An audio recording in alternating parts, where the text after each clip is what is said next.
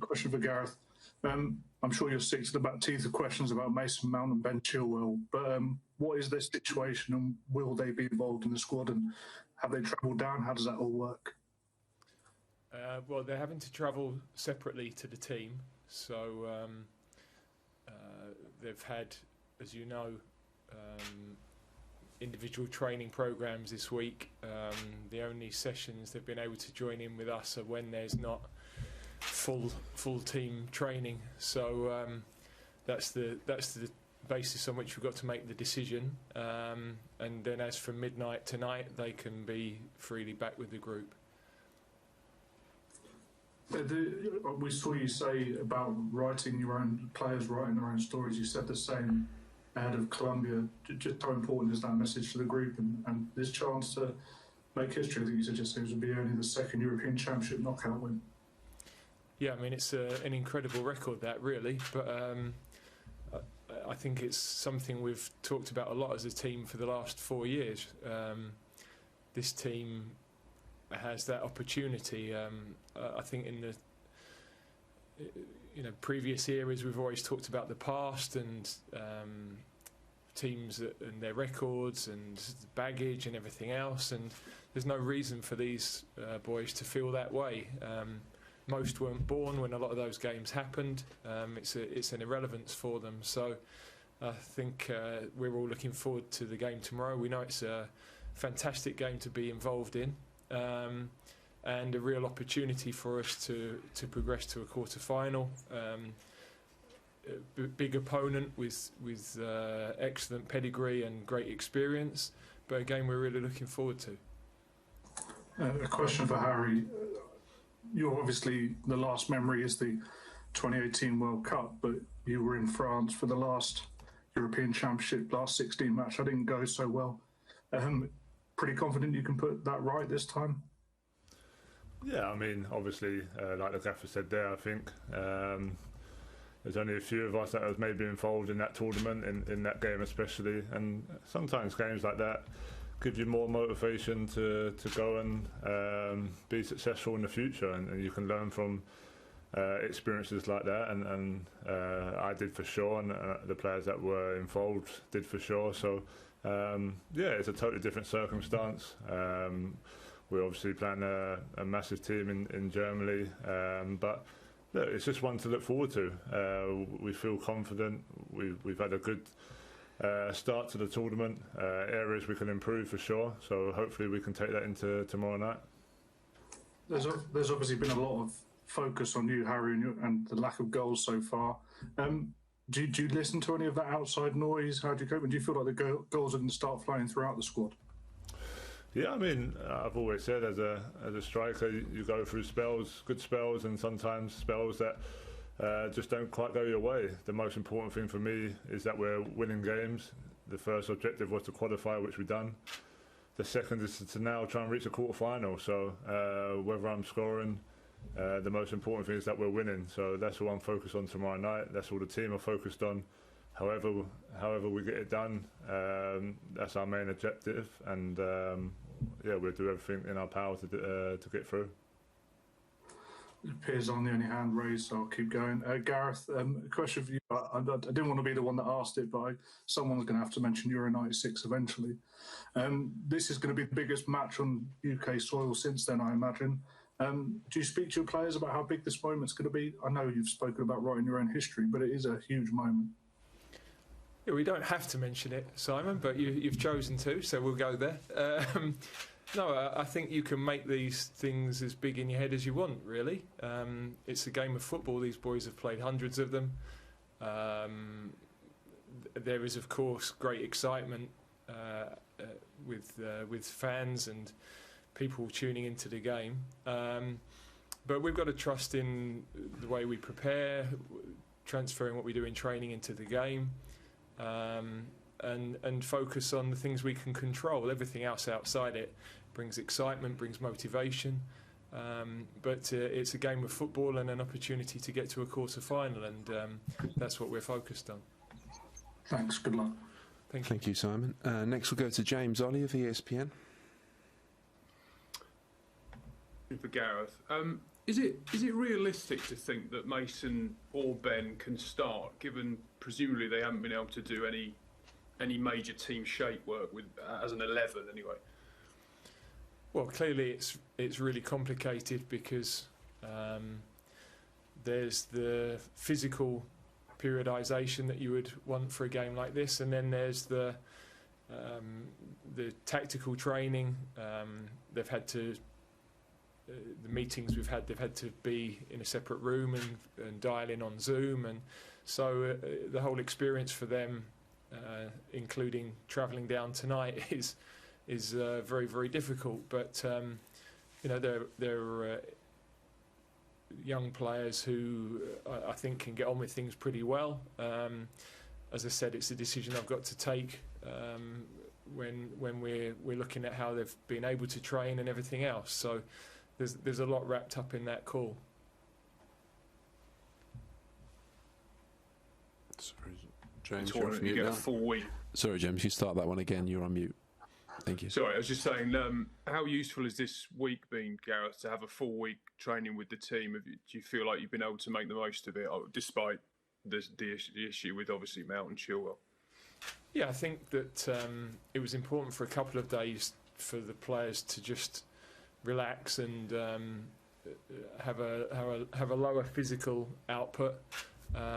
It would have been a very long lead-in otherwise, and now we've been able to get a lot of work done on the training ground, some tactical work which is important for this game in particular.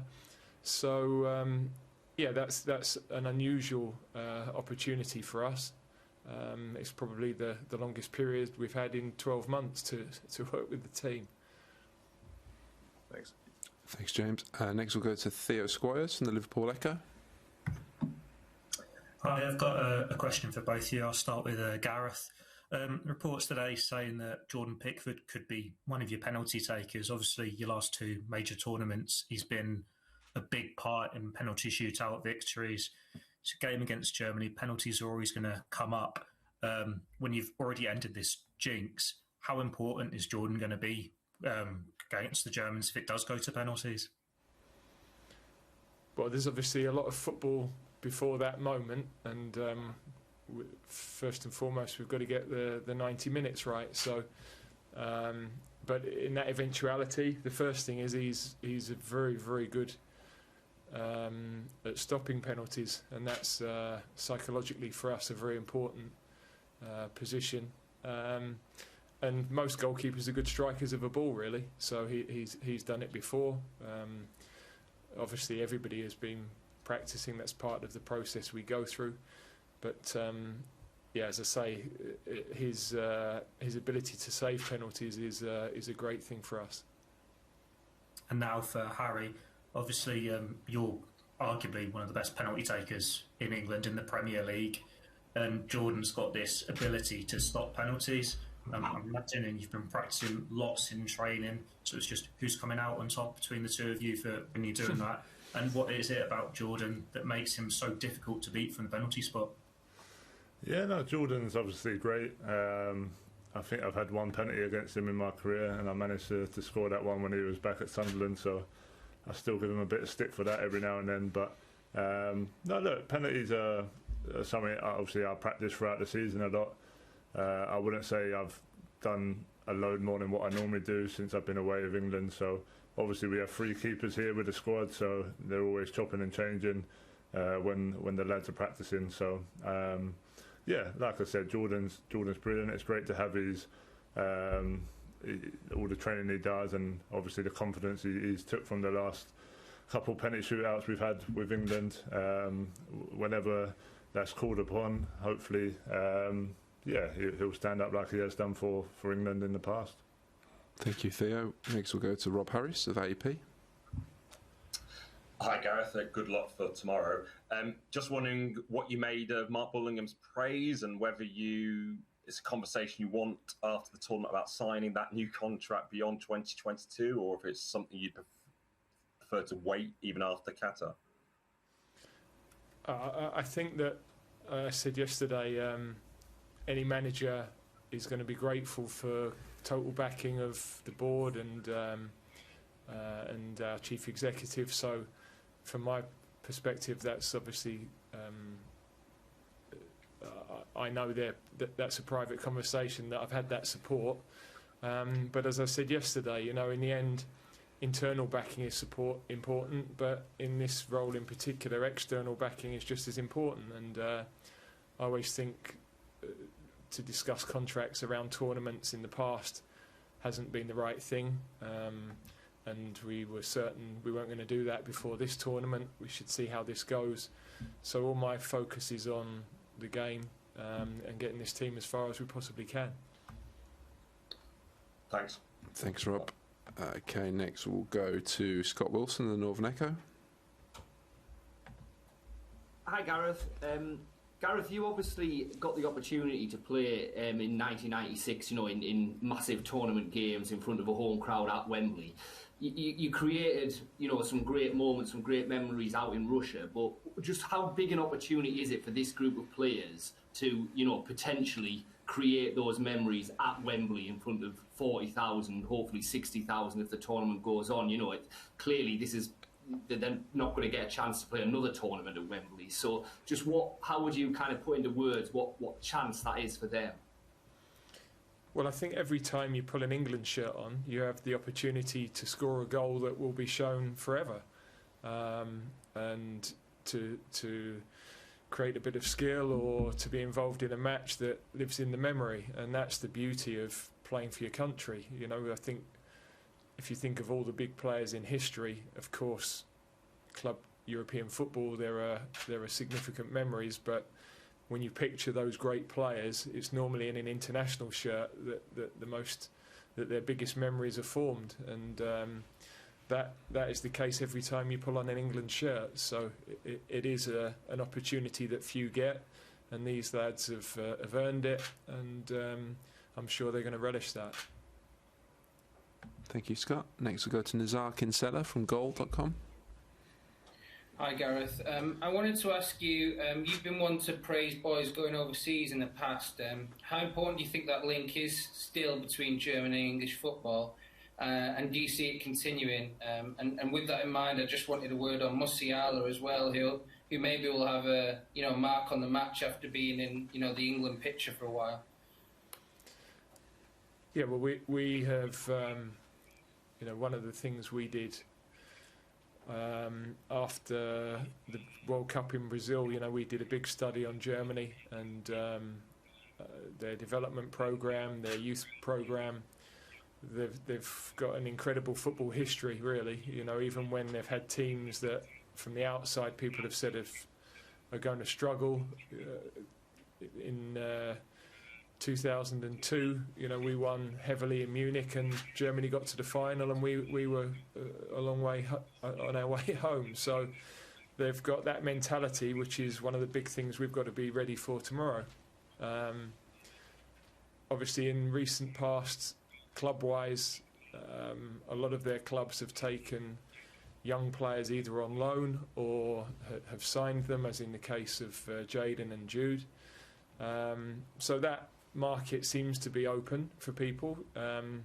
Not all of that has been successful, you'd have to say, but some of those moves have been, and I think it's good for players to play abroad. It broadens their football education. They get different styles of play, different styles of coaching. Of course, in our country now, our players are fortunate to work with some of the top managers in the world in their clubs as well. So we're getting that exchange of ideas and football education that didn't happen in the past. With Jamal, he's a very good young player. Him and Jude were in matches that I've watched them play for our junior teams in the past. So we were hopeful he would stay with us, but we totally understood his decision. And it's nice for him that he's been able to get some minutes in this championship as well. Thanks, Gareth. Okay, thanks, Nazar. We don't appear to have any more raised hands, so we'll conclude this media conference here. Thank you very much.